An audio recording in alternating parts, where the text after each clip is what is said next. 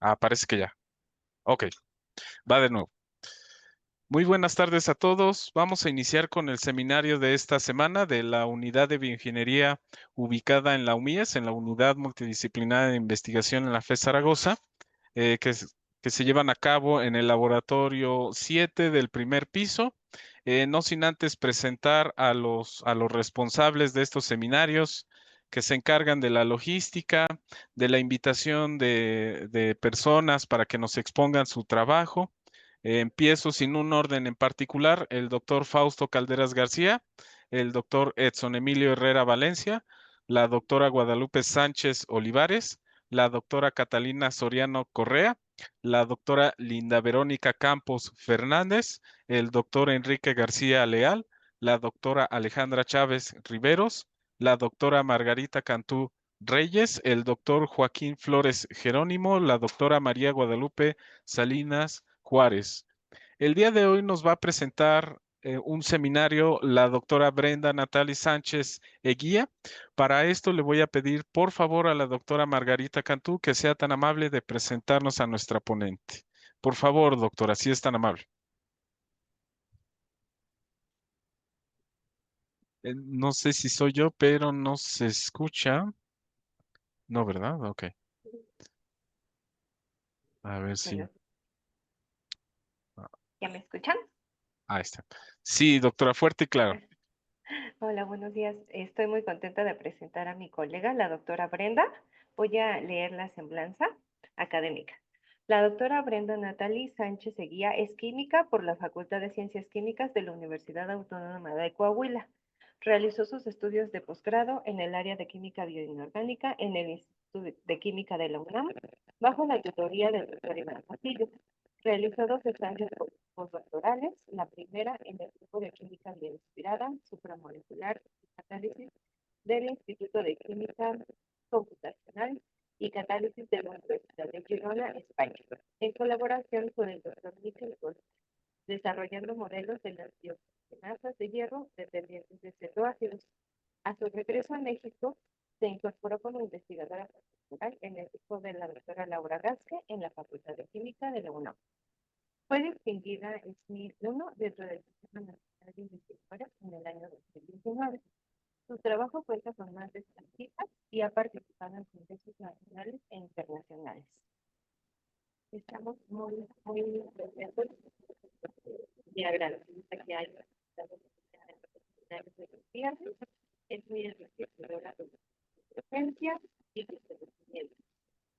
Adelante, doctora, bienvenida. Muchísimas gracias. Muchas gracias. Buenas tardes a todos. Gracias por la presentación y por la invitación a todos los que organizan el seminario, y en especial a la doctora Cantú, que fue quien me contactó para compartirles un poquito de mi trabajo. El título de esta charla es Catálisis con complejos bioinspirados. Dentro de los elementos químicos que existen, tenemos a los llamados bioelementos. Estos elementos químicos son los que forman parte de los organismos vivos. Dentro de ellos se clasifican en bioelementos principales que conforman aproximadamente el 96% y entre ellos encontramos al carbono, hidrógeno, oxígeno, nitrógeno.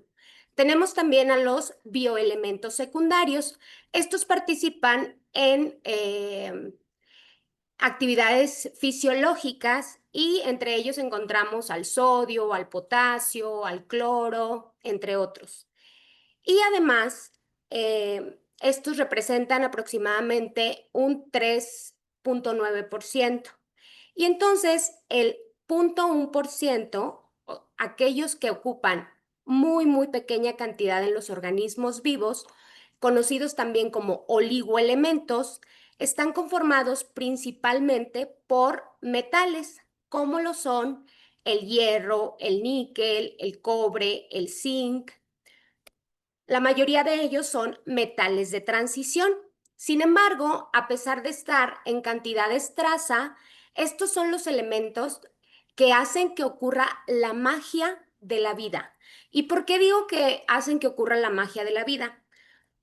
Pues les voy a presentar tres reacciones químicas, tres reacciones redox, que si estas reacciones no existieran, no sería capaz de existir la vida como la conocemos en el planeta Tierra. La primera de ellas es la respiración. La reacción que ocurre en la mitocondria de nuestras células, ¿sí? Es la activación de oxígeno para reducir el doble enlace de esta molécula de dioxígeno a agua. Cuando nosotros respiramos oxígeno, pues exhalamos CO2, pero también exhalamos vapor de agua. Y esta reacción redox que ocurre en las mitocondrias no sería posible que ocurriera si no participara en esta reacción la citocromo C oxidasa. Esta enzima, citocromo C oxidasa, tiene un sitio activo de cobre y hierro. Y existen además enzimas oxidasas y oxigenasas que dependen también de estos metales, ¿sí? Y que llevan a cabo estas reacciones.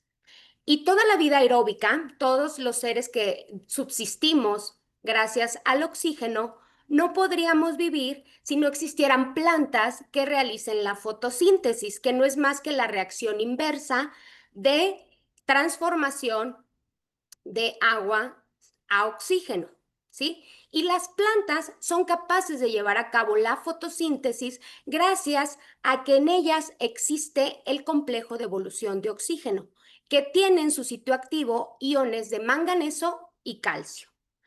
Y las plantas no serían capaces de llevar a cabo la fotosíntesis y producir oxígeno si en sus raíces no existieran unos microorganismos, unas bacterias capaces de romper y activar a la molécula de dinitrógeno, ¿sí? Rompen el triple enlace de la molécula de dinitrógeno para formar o producir amoníaco, que sabemos que en las plantas se usa como fertilizante. Y resulta que estas bacterias que hacen la reducción o la fijación de nitrógeno en las plantas tienen una enzima que se llama nitrogenasa. Y resulta que el cofactor de esta nitrogenasa también depende de molibdeno y hierro. Entonces, como podemos ver, tres reacciones redox que sin ellas no existiría la vida como la conocemos, dependen de estos oligoelementos, de estos metales de transición. Por eso decía que sin ellos no ocurriría la magia de la vida. Y resulta que los científicos tratamos de entender pues cómo funcionan estas enzimas en la naturaleza, ¿sí?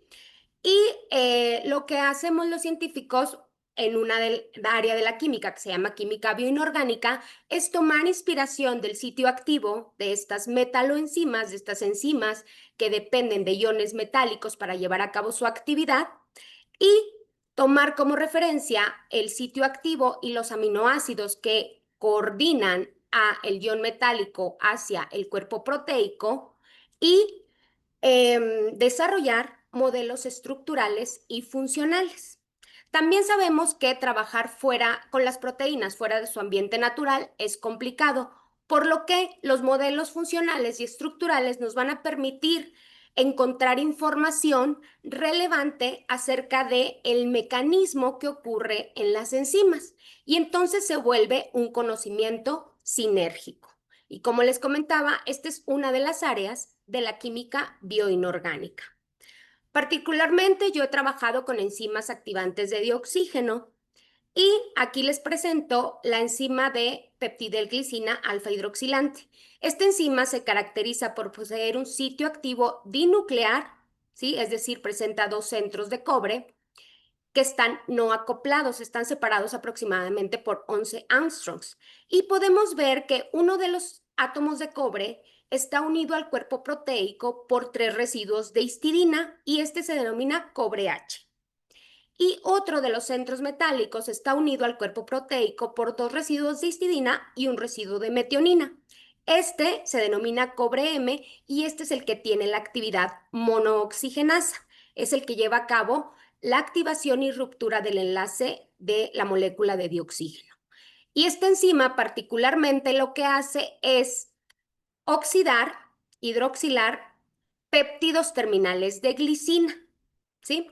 Entonces activa la molécula de dioxígeno, inserta uno de los átomos de oxígeno en el péptido terminal de glicina y el otro sale como agua. Este precursor, este péptido de glicina hidroxilado, es un precursor para la síntesis de hormonas.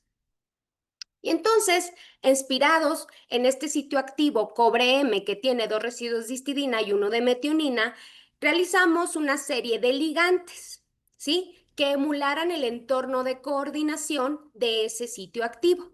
Emulando a las histidinas, a los imidazoles de los residuos de histidina, utilizamos benzimidazoles.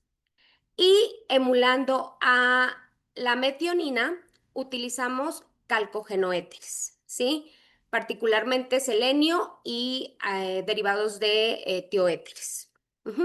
Y con estos hicimos ligantes tripodales, variando la funcionalidad en el calcogenoéter.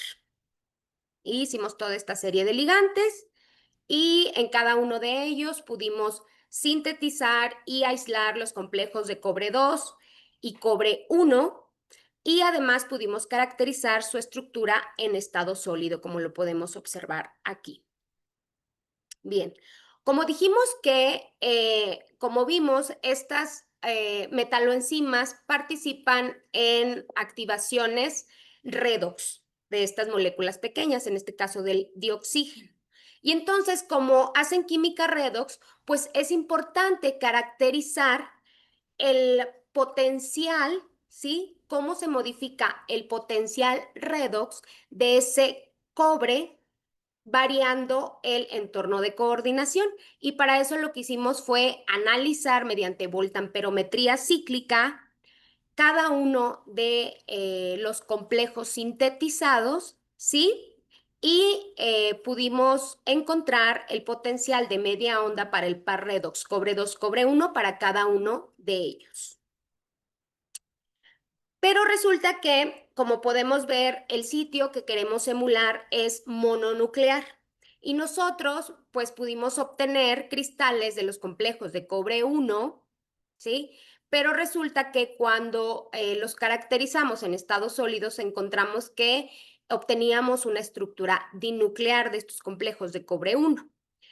Y para corroborar que en disolución estos complejos mantenían una formulación mononuclear y pudiéramos hacer estudios comparativos con este sitio activo mononuclear, lo que hicimos fue caracterizar estos complejos por resonancia magnética nuclear de 2 dimensiones, DOSI, en la que pudimos encontrar diferentes coeficientes de difusión y comparamos el coeficiente de difusión de los ligantes libres y de los complejos de cobre 2.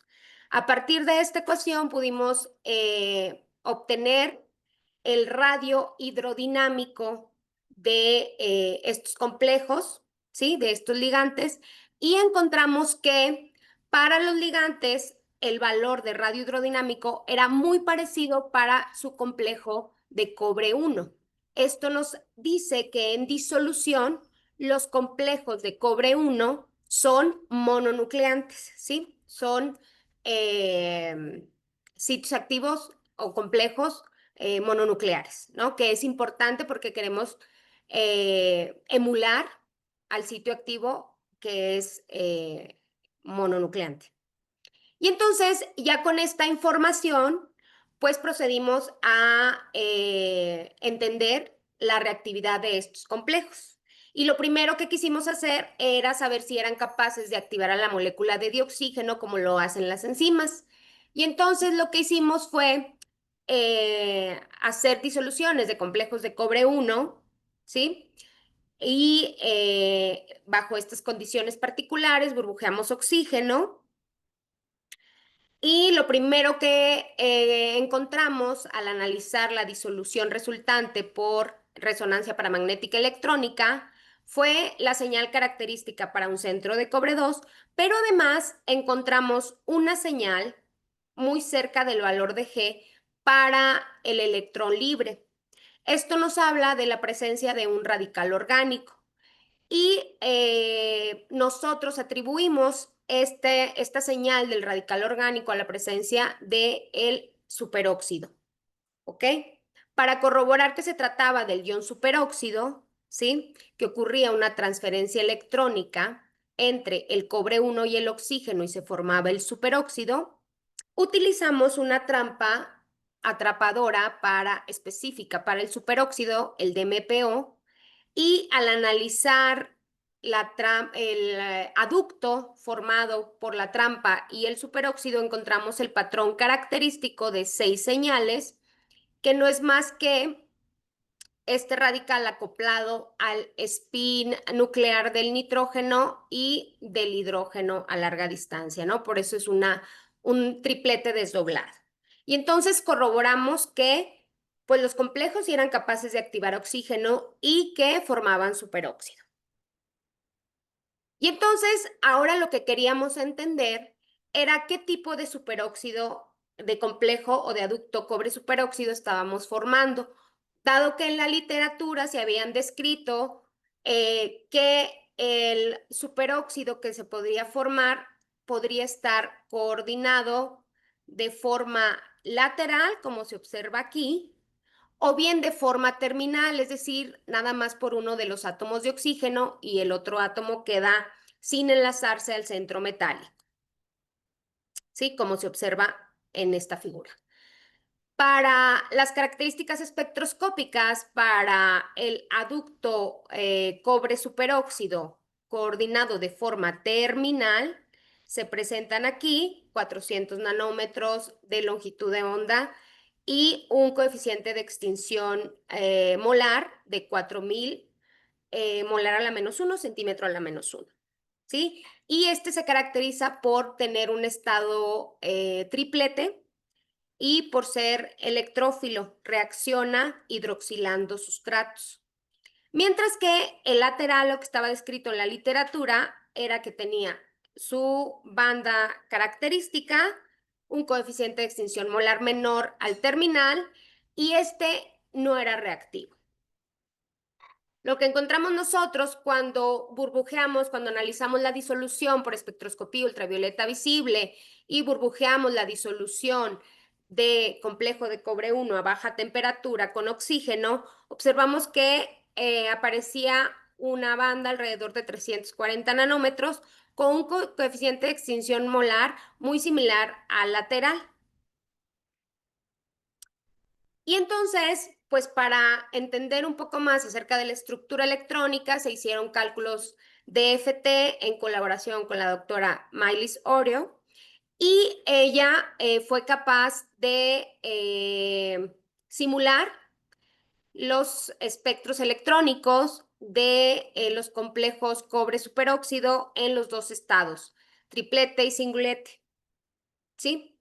Y los comparó con nuestro espectro experimental y de esta manera tuvimos una evidencia de que lo que estábamos observando nosotros pues era un complejo del tipo cobre superoxo coordinado de forma lateral, ¿ok? Y en estado electrónico triplete. Eso es importante. ¿Por qué? Porque recordemos que aquí dice que los laterales son singulete, pero veamos que nosotros tenemos el superoxo coordinado de forma lateral, pero lo tenemos en estado electrónico triplete. Y entonces, pues encontramos y reportamos el primer complejo, el primer aducto cobre superóxido con características que no estaban descritas en la literatura. Y entonces ahora lo que quisimos hacer fue probar si este cobre superóxido era capaz de reaccionar mediante abstracción de átomo de hidrógeno. Y probamos un sustrato súper sencillo, el 9,10 dihidroantraceno, lo agregamos también en la disolución que analizamos por espectroscopía ultravioleta visible. Generamos primero el aducto, que sabemos que se caracteriza por la banda de 340 nanómetros, y agregamos 10 equivalentes del 9,10 dihidroantraceno una vez que lo formamos, y lo que observamos fue que disminuía esa banda asociada a la formación del complejo cobre superóxido. Y esto pues nos hizo concluir que justamente se estaba consumiendo ese aducto formado por la reacción de abstracción de átomo de hidrógeno. Los productos provenientes de esa reacción de abstracción de átomo de hidrógeno se analizaron por cromatografía de gases masas y pudimos encontrar que se formaba antraceno. Además, fuimos capaces de cristalizar a partir de esta disolución a baja temperatura, que burbujeamos oxígeno, un complejo dinuclear de cobre en donde el azufre sale de la esfera de coordinación, el azufre del tioéter sale de la esfera de coordinación y tenemos unos hidroxopuentes.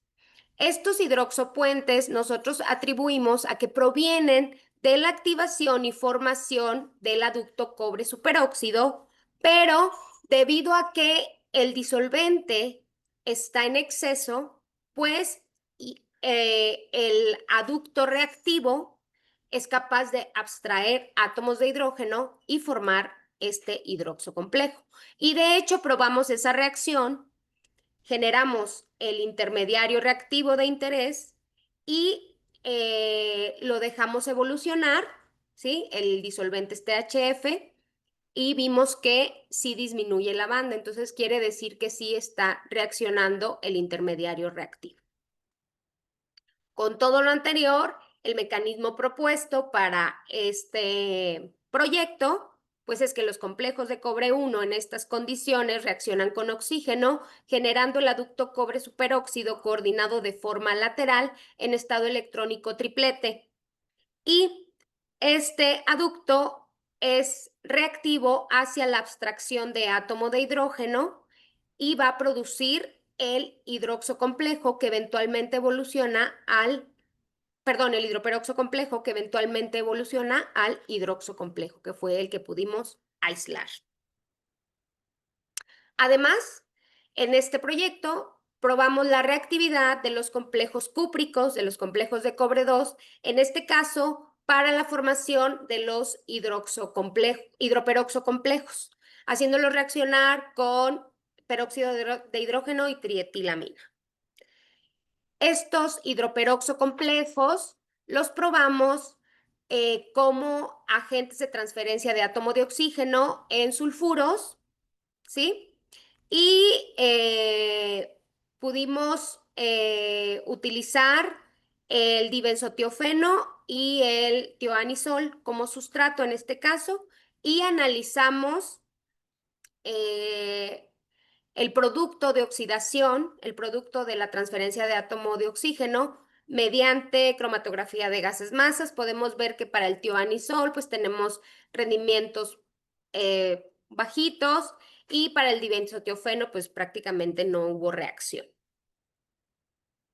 Entonces, pues en este proyecto lo que hicimos fue inspirarnos en el sitio activo de las monoxigenasas dependientes de cobre y fuimos capaces de aislar y reportar el primer aducto cobre superóxido coordinado de forma lateral en estado electrónico triplete y que fue reactivo hacia la abstracción de átomo de hidrógeno. Otro proyecto en el que me vi involucrada fue cuando estuve de postdoc y en este caso también trabajé con enzimas activantes de oxígeno, particularmente con las dioxigenasas dependientes de hierro. Las dioxigenasas dependientes de hierro se caracterizan por poseer un sitio activo en donde el átomo de hierro está coordinado al cuerpo proteico por dos residuos de histidina y un residuo de carboxilato, en este caso aspartato, ¿sí?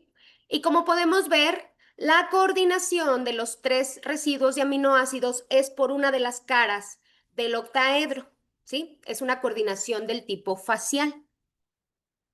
La otra cara del octaedro la ocupan tres moléculas de agua.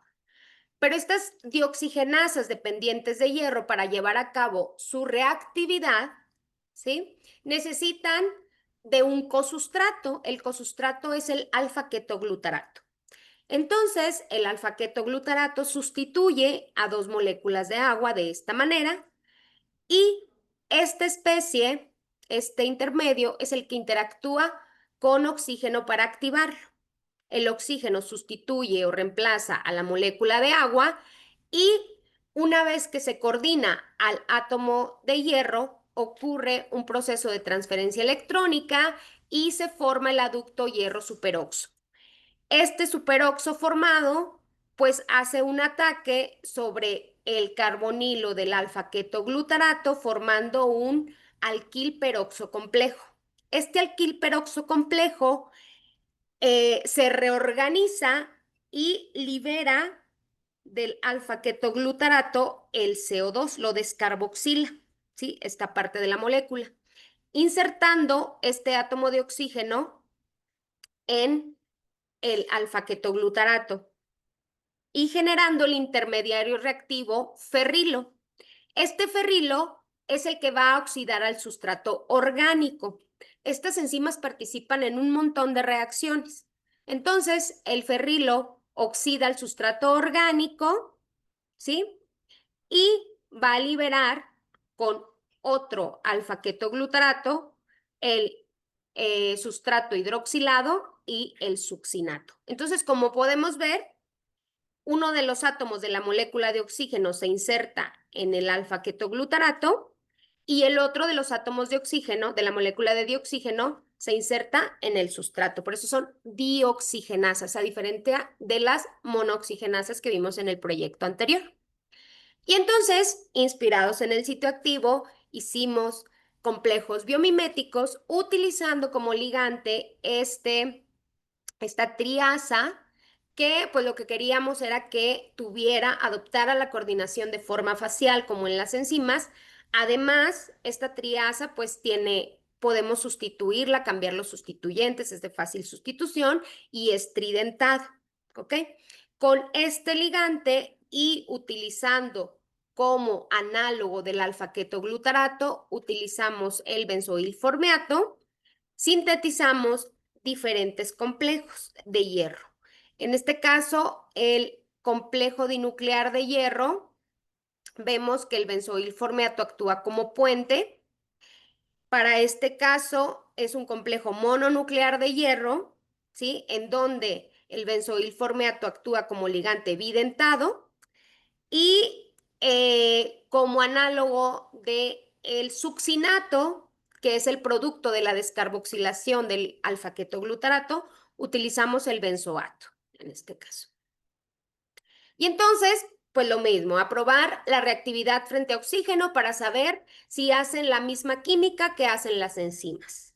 Y entonces, pues preparamos los complejos de hierro 2 con el ligante triasa que se coordina en una de las caras del octaedro y el benzoilformeato y lo hicimos reaccionar con oxígeno a temperatura ambiente, ¿ok? Para ver si formamos el intermediario ferrilo.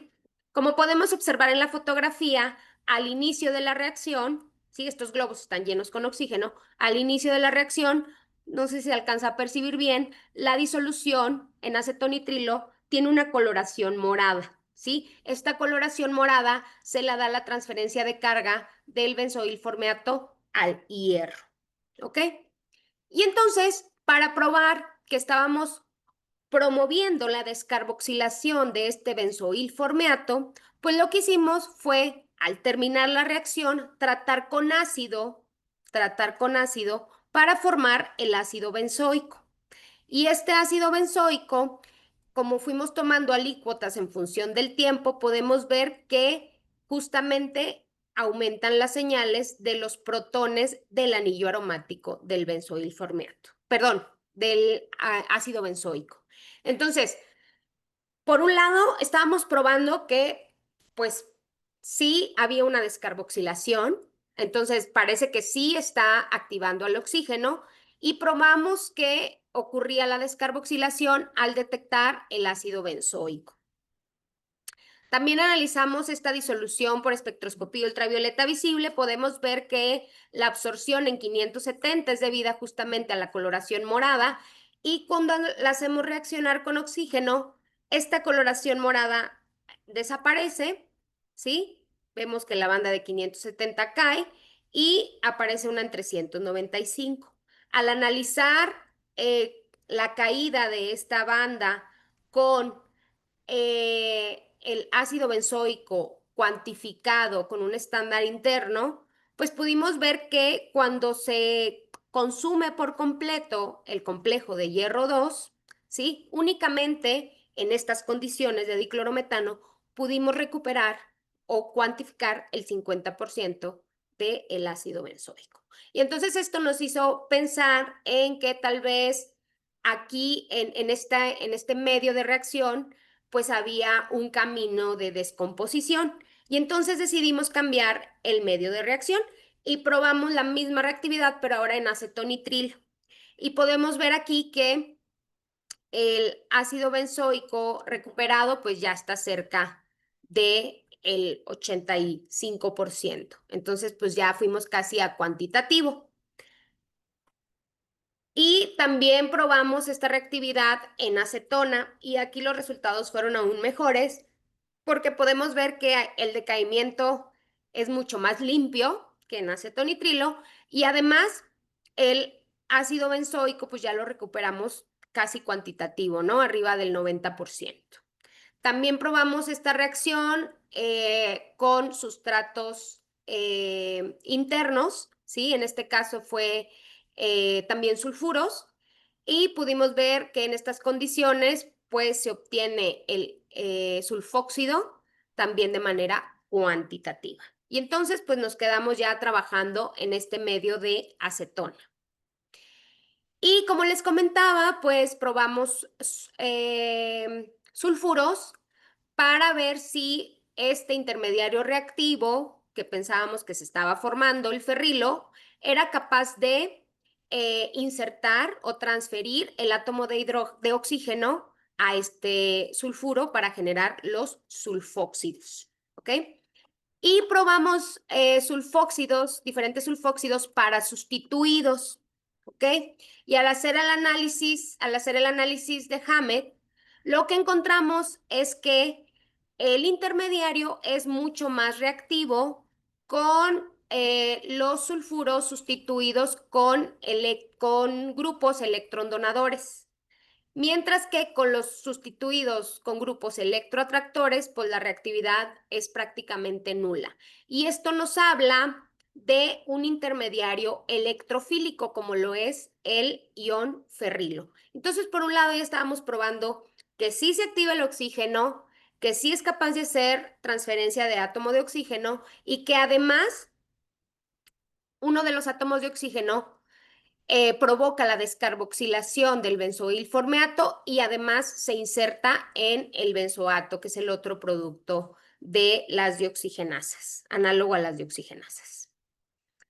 Y ahora lo que quisimos entender era ver si el oxígeno que se estaba insertando en los sulfóxidos y en el ácido benzoico realmente provenían del oxígeno que estamos nosotros agregando con o burbujeando con el globo. Y una de las pruebas que hicimos fue utilizar agua marcada con oxígeno 18. Se sabe que el ion ferrilo, está escrito en la literatura, que el ion ferrilo puede intercambiar su oxígeno con agua mediante este mecanismo. Y entonces añadimos cantidades de agua marcada a esta reacción y observamos que sí hay un porcentaje de incorporación y esto nos permitió concluir que sí estábamos pasando por un intermediario del tipo ferrilo. Además, hicimos la prueba con dioxígeno marcado, de oxígeno 18, y analizamos los productos de esta reacción por espectrometría de masas, ¿sí? Y al compararlos con los productos provenientes de la reacción con oxígeno no marcado isotópicamente, pudimos ver que aumenta 2 unidades de masa, ¿sí? Entonces, pudimos comprobar que el oxígeno que está en los dos productos proviene de la activación de la molécula de dioxígeno. En este caso podemos ver el cromatograma para el sulfóxido, que pasa de 155 a 157 con oxígeno marcado, y el espectro de masas, el modo negativo del benzoato, que aumenta de 120.8 a 122.8 cuando la reacción se hizo con oxígeno marcado. Por último, quisimos probar si el complejo era capaz de operar en condiciones catalíticas. Para esto, lo que hicimos fue agregar el alfa-cetoácido, el benzoilformiato, alfa-cetoácido, ¿sí? Y entonces probamos diferentes condiciones de reacción en donde modificamos la cantidad del benzoilformiato, del ácido benzoilfórmico y del sustrato, ¿ok? Y encontramos que para el sulfóxido sustituido con metilo, pues tenemos una actividad catalítica, pues fue la mayor que pudimos encontrar, 30%. Son actividades catalíticas moderadas, pero aquí lo más importante, que quiero resaltar es que se hicieron las pruebas con oxígeno a temperatura ambiente. Entonces, eso es lo más importante de este proyecto. Pudimos emular el sitio activo de las dioxigenasas de hierro.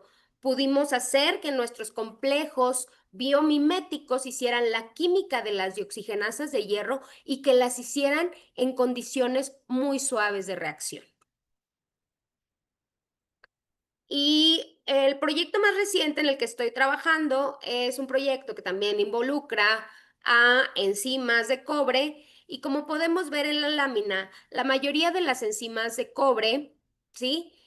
Tiene en su sitio activo, ¿sí? A residuos de histidina. En todos los casos se repite. En todas las proteínas dependientes de cobre, pues siempre el cobre está enlazado al cuerpo proteico por residuos de histidina. Y entonces con esta inspiración, en el grupo de la doctora Laura Gasque se hizo una serie de ligantes que incluyen al imidazol, ¿sí? Al imidazol como grupo donador.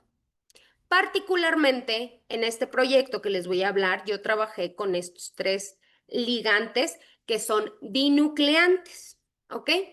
Con estos 3 ligantes dinucleantes sintetizamos los complejos de cobre 2. Podemos ver que para el caso en donde tenemos al tioéter como átomo donador, ¿sí?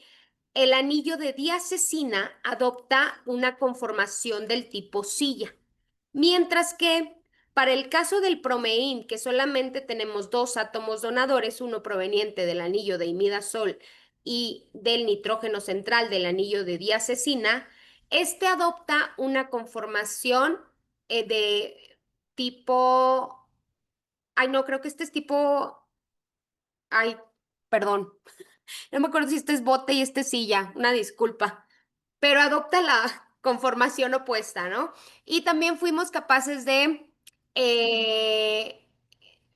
aislar estos cristales para el caso del bromeín, que tiene solamente 2 átomos donadores, con acetatos, ¿sí? No fue posible hacerla con nitratos como en el caso de los tioéteres. Ok. Y entonces, pues, también queríamos probar la reactividad de estos complejos en catálisis y probamos diferentes condiciones de reacción y probando estas diferentes condiciones de reacción, encontramos que cuando estos ligantes sintetizábamos los complejos de cobre con estos ligantes utilizando sales con aniones no coordinantes como el perclorato, el triflato o el tetrafluoroborato en acetonitrilo. Cuando recién preparábamos los complejos, pues tenían una coloración verde, pero al poco tiempo estos adquirían una coloración azul. Y entonces, pues esta reactividad nos llamó la atención y decidimos analizarla. Y como estábamos viendo un cambio de color, pues lo primero que hicimos fue analizarlo por espectroscopía ultravioleta visible y lo que observamos fue lo siguiente. Los complejos sintetizados con cada uno de estos ligantes, ¿sí? Vemos que las bandas asociadas a la transferencia de carga de los átomos donadores para estos casos, el azul y el verde del tioéter, disminuyen, ¿sí? En función del tiempo. En el caso de el que no tiene un tercer átomo donador, pues disminuye también la señal de 308, que es la señal de la transferencia de carga del imidazol al cobre. Y en todos los casos, cuando disminuye esta señal de la transferencia de carga del ligante al metal, vemos que aparece o se incrementa una señal alrededor de 258, 263 nanómetros. Además, en la región de las transiciones DD, podemos observar que la transición DD en todos los casos disminuye la señal y hay un corrimiento hacia el azul. Entonces, esto nos hablaba que esta disminución en la banda DD, en la banda asociada al cobre 2, ¿sí? Nos hablaba de que probablemente uno de los dos átomos de cobre 2 se estaba reduciendo.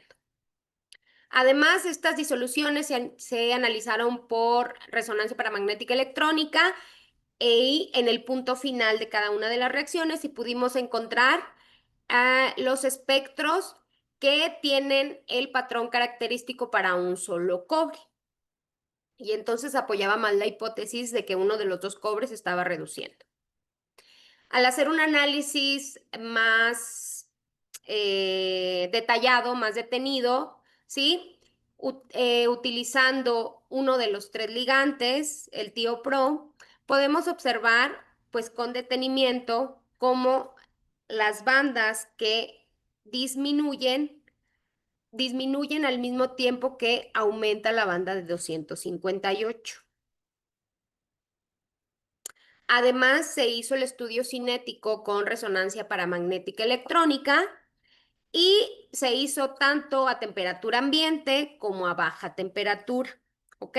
A baja temperatura podemos observar cómo, si bien no se elucida muy bien las señales para los dos cobres 2, sí podemos ver cómo evoluciona y el espectro final corresponde nada más a señales de un complejo de cobre 1. Y en el caso de la temperatura ambiente, también pudimos observar ese comportamiento. Seleccionamos una banda característica para cada uno de ellos y pudimos asociar la disminución de estas bandas con la disminución observada en espectroscopía ultravioleta visible. Además, se analizaron las disoluciones por absorción de rayos X y mediante esta técnica pudimos corroborar que los complejos, ¿sí? Los tres complejos presentan una señal que está descrita en la literatura para un cobre 1. Es decir, comprobamos la hipótesis de que uno de los dos cobres está reduciendo. Y las disoluciones las dejamos por varias semanas, las disoluciones azules, y en todos los casos encontramos que se formaban cristales incoloros. Estos cristales incoloros, al analizarse, se encontró que eran el tetraquis de cobre, ¿sí? El cobre 1 coordinado a 4 acetonitrilos y con un contraión, ya sea perclorato, tetrafluoroborato, ¿no? Encontramos lo mismo. Y entonces, hasta esta parte del proyecto, pues teníamos certeza de que uno de los dos cobres se estaba reduciendo y que uno de los dos cobres permanecía como cobre 2 y esto era lo que provocaba esos cambios de color que estábamos observando. Pero si uno de los dos cobres se está reduciendo, pues, ¿quién se está oxidando? ¿No? O sea, porque tenemos una reacción redox, o sea, ¿de dónde toma ese electrón para reducirse? Y esa fue una incógnita que tratamos de responder, ¿sí? En la búsqueda de ese electrón. Y lo primero que hicimos fue analizar los complejos mediante voltamperometría cíclica, ¿sí? Y encontramos lo siguiente. Dado que los tres complejos tienen diferente cinética, el complejo que solamente tiene dos átomos donadores es el más rápido, el que lleva a cabo la reacción más rápido. El complejo, este complejo es el más rápido, la reacción acaba en media hora. Este complejo es el intermedio, la reacción acaba aproximadamente 3 horas. Y este complejo es el más lento, ¿no? Tarda días en completarse la reacción. Y entonces analizamos el más rápido y el más lento. Y lo comparamos con la sal de partida. En primer lugar, lo importante a observar aquí es la señal del par redox cobre 2, cobre 1. Podemos ver, los dos complejos están hechos a la misma concentración y podemos ver cómo la señal del cobre 2, cobre 1, ¿sí? Para el más lento es mucho mayor, tiene mucho mayor intensidad de corriente que la señal del par redox de interés para el más rápido.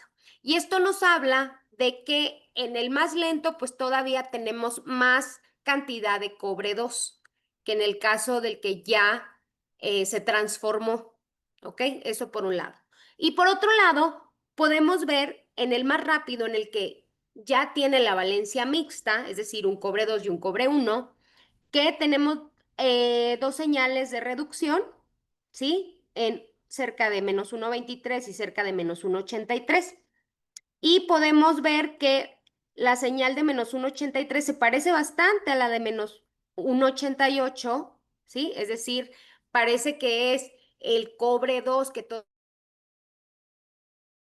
de 1,23 pues se parece a la de la sal libre, ¿sí? A un cobre solvatado en acetonitrilo. Y entonces nos habla de que esta especie tiene dos cobres unos en diferentes entornos de coordinación. Y es lógico pensar que el que ya tiene la valencia mixta, pues va a tener a la reducción del cobre 2 todavía coordinado, ¿sí? Para dar cobre 1 y luego de cobre 1 a cobre 0, que sería esta de acá, la que se parece al más lento, y tiene a un cobre 1 que ya se redujo y parece que sale de la esfera de coordinación y se solvata con acetonitrilo y pues es la señal de reducción que se parece a la de la sal libre, ¿no?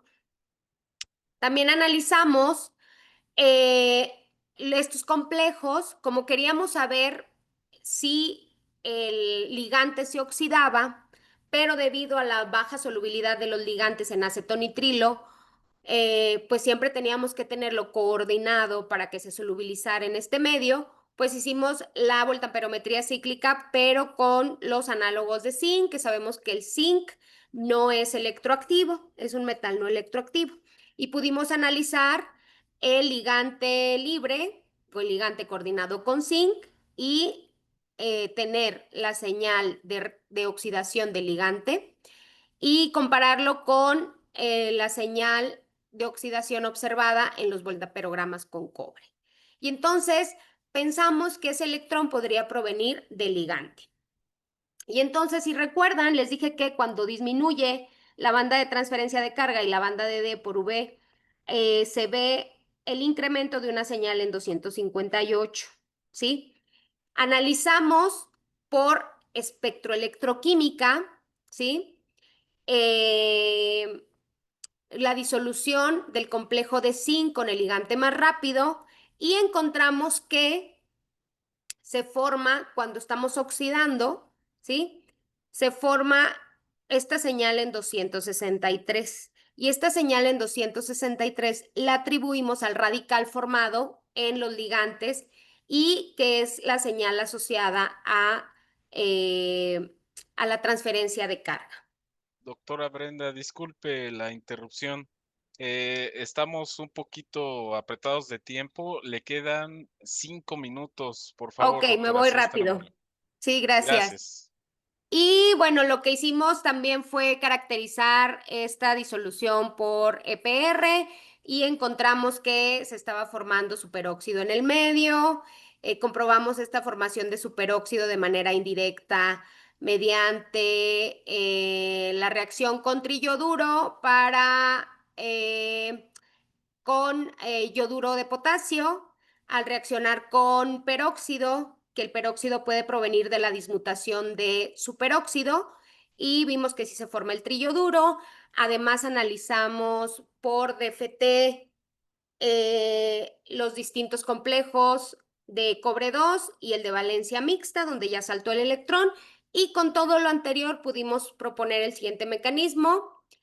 Lo primero que pasa es que el tioéter sale de la esfera de coordinación, ¿sí? Y los tres adquieren la misma entorno de coordinación que el que no tiene átomo donador, un tercer átomo donador. Una vez que está formado el complejo de cobre 2, ocurre una transferencia electrónica de esfera interna en donde el ligante se oxida y el cobre se reduce. Parte de ese cobre 1 en el complejo de valencia mixta se fuga para formar el tetraquis que observamos por rayos X, por difracción de rayos X.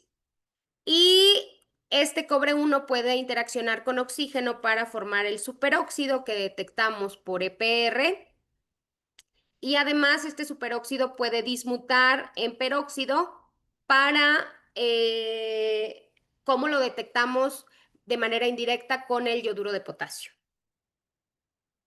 Entonces, pues espero haberlos convencido en esta charla de que la química bioinspirada o la química bioinorgánica es un área de la química que nos permite generar metodologías de síntesis que sean inocuas para el medio ambiente. No me queda más que agradecer a ustedes por la invitación, a todas las instituciones, al financiamiento y a todos los colaboradores que hicieron posible los resultados que les mostré.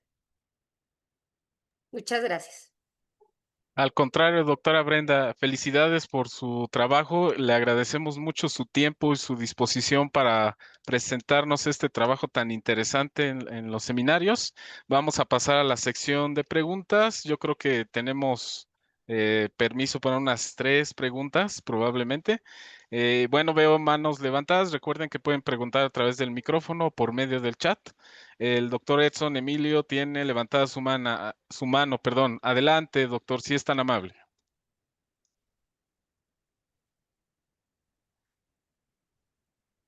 A ver si nos escucha el doctor Edson. Tiene su manita levantada. Adelante, Doc. Perdón, Luis. Perfecto, Perdón, ¿me perfecto. escuchan? No se Buenas tardes. preocupe. Fuerte Buenas y tardes. claro, Doc. Muchas gracias. Brenda, te quiero dar las gracias a nombre del grupo por hacernos el favor de darnos esta interesante plática. Yo me acuerdo que yo estudié en la Facultad de Química y química inorgánica me daba miedo. Ahora que la veo me vuelve a dar más miedo, pero estamos en esto. Este, ¿Sabes qué? Se me hace lo que nos acabas de comentar es muy interesante, pero siento que hay conceptos que son muy difíciles de entender y a veces, em, para una persona tan ignorante como un servidor, a veces me cuesta trabajo verlos, ¿no? Por ejemplo, yo quiero preparar un compuesto y quizás sea muy obvia la respuesta, muy obvia. Yo quiero preparar un sistema, digamos, químico.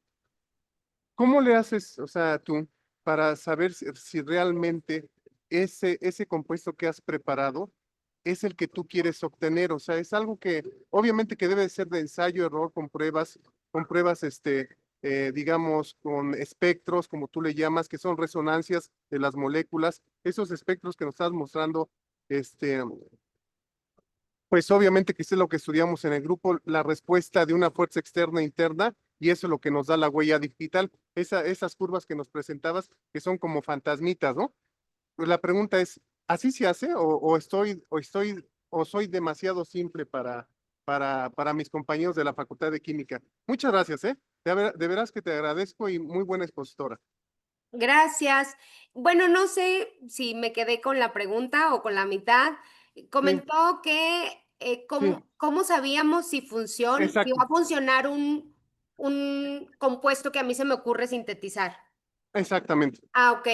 Pues obviamente siempre tenemos que darnos manos de lo que ya está reportado en la literatura, ¿no? Ver Ujú. qué ha funcionado, cómo lo han hecho, ¿no? De ahí es donde nos nutrimos para proponer nuevas ideas, pero pues realmente todos los que estamos aquí seguramente sabemos que la química que planteamos en el papel, al momento de llevarla a la ejecución, pues nos sorprende y no se comporta como queremos, ¿no? Y como comenta, pues es un trabajo de prueba y error, pero pues mucho del trabajo que hacemos, pues sí es basado con lo que ya existe en la literatura, ¿no? Tomando como base lo que existe en la literatura y entonces se hace la propuesta, ¿no?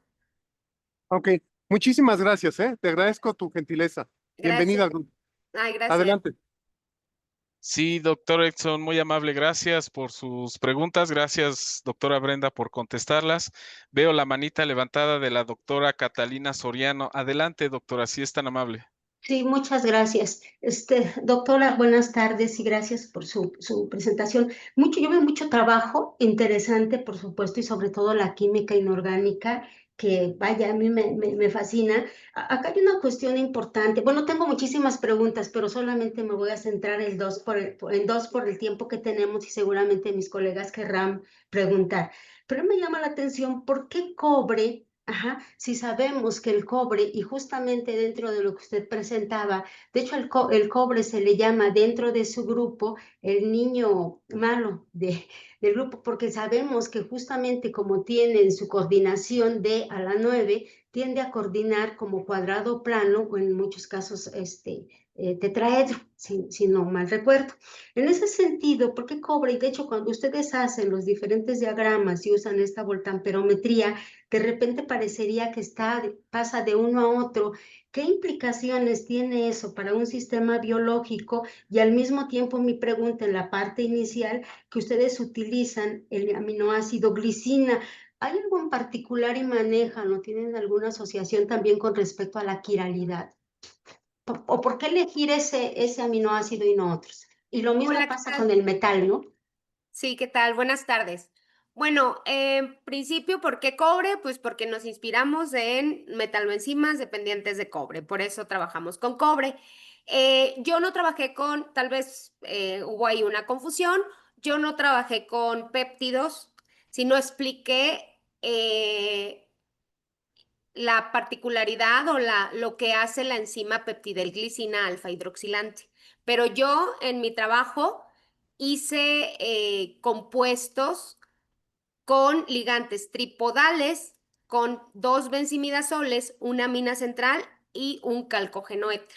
O sea, yo no trabajé con aminoácidos, sino cuando expliqué lo que hace la enzima, ahí es donde hablé un poco de la glicina, tal vez ahí hubo un poco de confusión.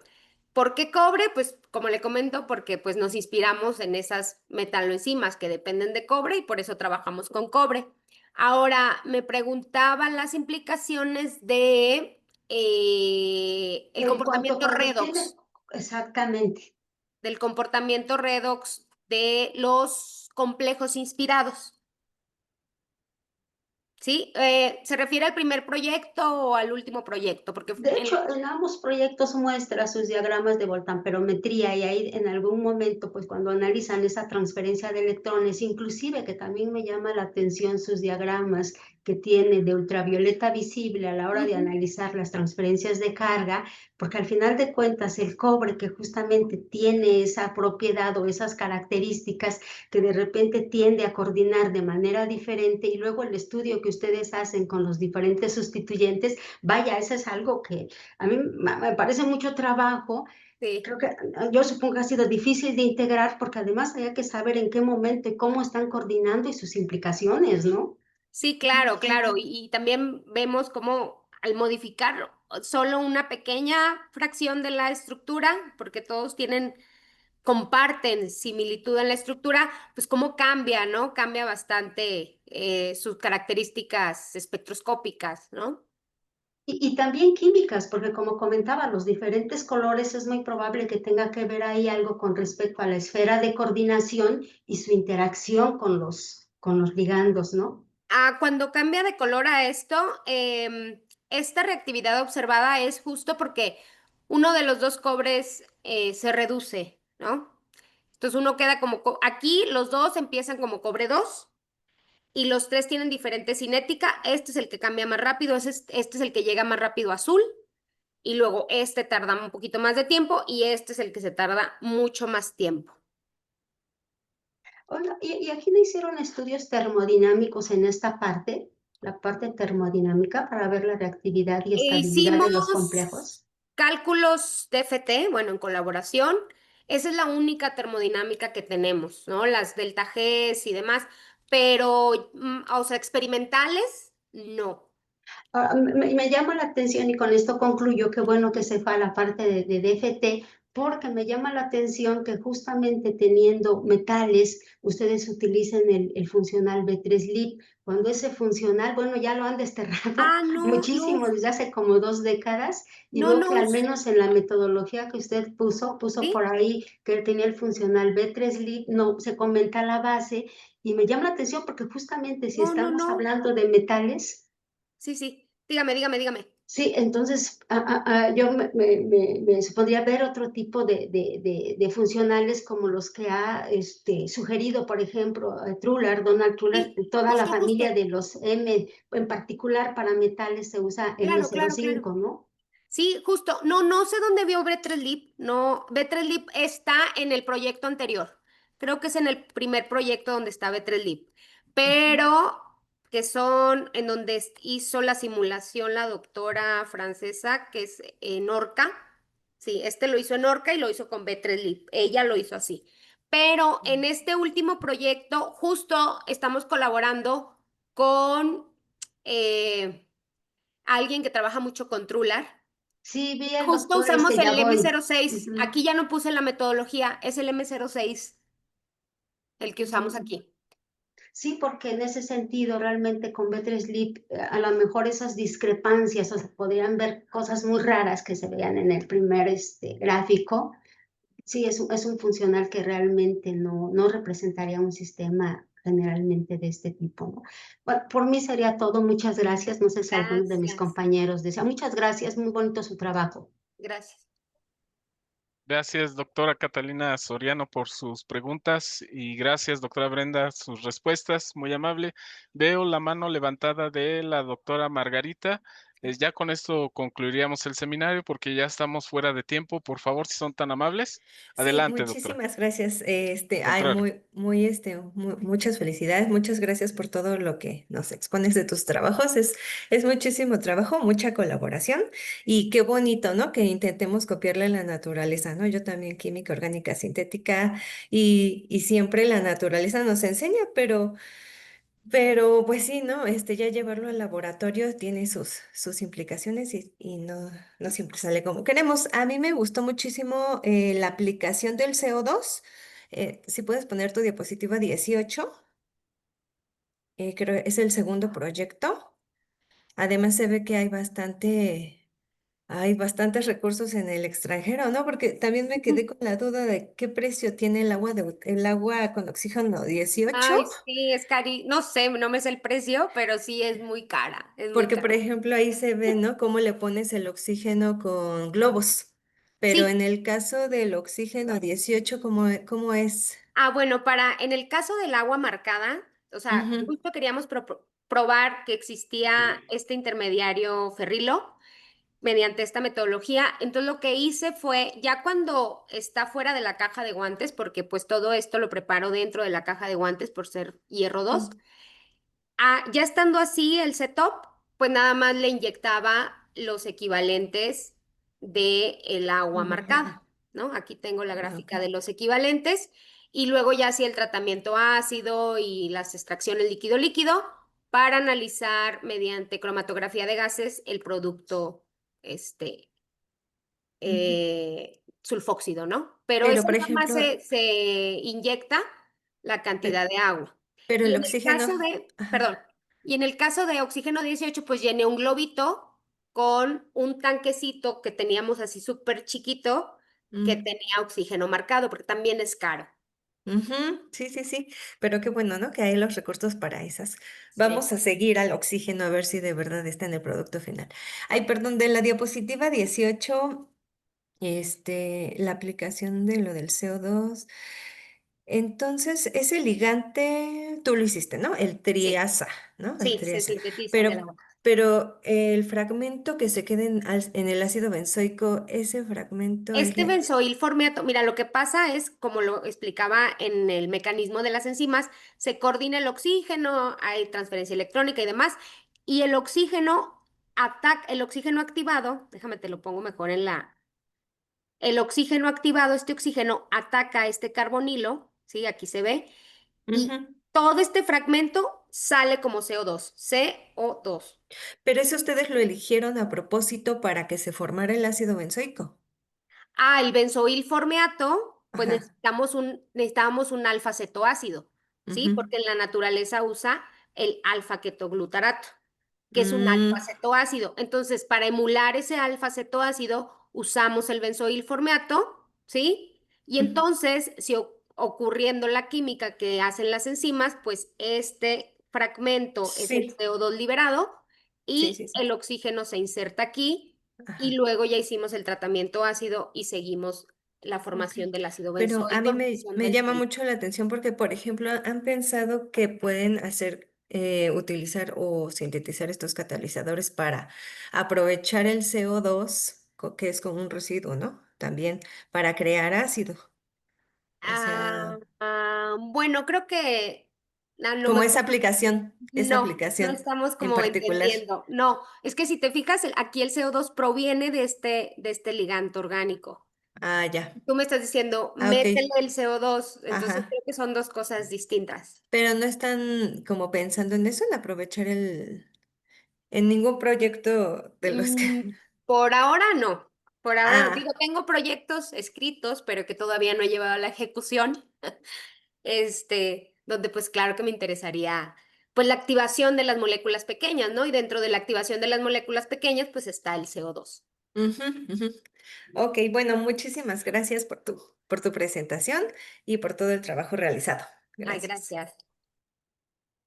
Gracias, doctora Margarita, por sus preguntas y comentarios. Gracias nuevamente, doctora Brenda, por su disposición.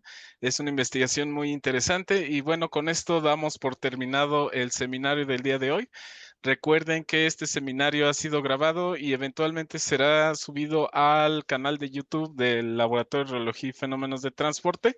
Si ustedes en YouTube buscan Reología y Fenómenos de Transporte, seguramente van a encontrar este canal y van a poder consultar este video. Pues no me queda más que despedirme y que tengan... Sí, A través del diseño de sí, un plan de doctor Enrique, operaciones adelante. lineal, todo para el tratamiento de aguas industriales.